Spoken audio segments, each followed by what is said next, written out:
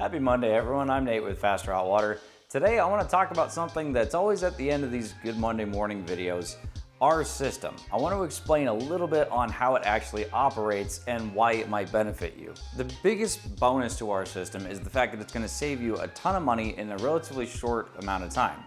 The average person has to wait, let's say it's just 2 minutes to get hot water to their faucet at the furthest point.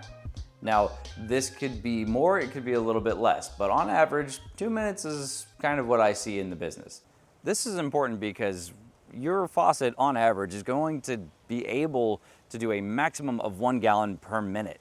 Now, if you have to wait for 2 minutes, that's 2 gallons. And if you have to do that every time you wait for hot water when all of your lines are cold, that could be a tremendous amount of water for just one person. Let's say you have a household of 4 people and they use hot water 5 times a day. That's 10 gallons per person before you've actually started using that hot water. So now we're talking 40 gallons per household per day.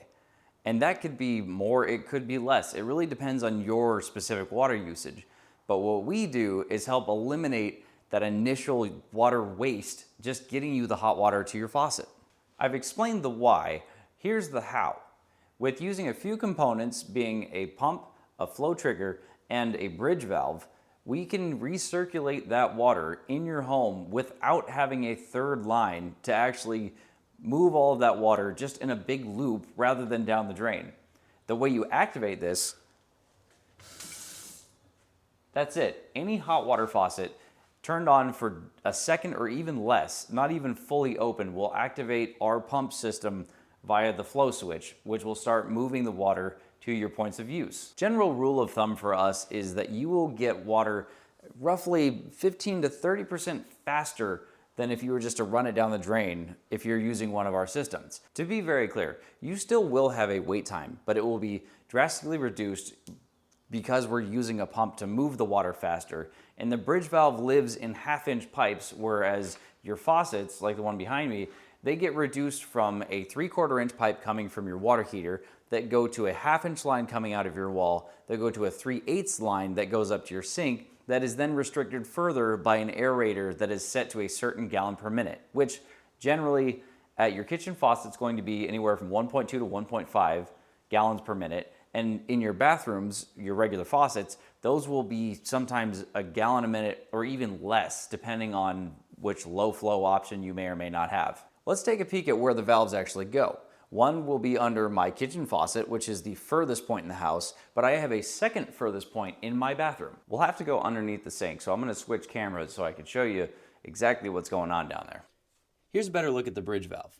This does a couple of things for us. The first thing it does is allows us to move water from the hot line into the cold. We want that because when you first start up your system, when all the lines are cold, this will have a bunch of cold water in it. That cold water will then get pushed into the cold water line back to the water heater. Now, we don't want to continue pushing that water all the way back to the water heater once the water is actually warmed up. So at 95 degrees, there's a shutoff in here, and that will close off the ability for the hot to go into the cold, but that's at 95 degrees. The reason why that's important is because there's a thermocline. When that water is getting pushed into the cold, there is a definite point at which it goes from cool water to hot water, but we don't want hot in the cold. So at 95 degrees, that closes it off. That allows it to tell the flow switch out of the pump to turn off. But now we have hot water at this point of use. Now we're out at the water heater where you can see the pump and flow switch are mounted. And the pump is actually running right now. It's very faint, doesn't create a whole lot of noise, and oftentimes when you have a tankless water heater, the burners will actually be louder than this pump by a significant margin. At Faster Hot Water, we're not just concerned about saving the water, we're also concerned about saving your time and your money and a lot of headache. We do care mostly about the water because that is our most precious resource. We hope that this has been informative, and if you have any questions at all, please reach out to us. We'd love to hear from you. I'm Nate with Faster Hot Water. We'll see you again next Monday.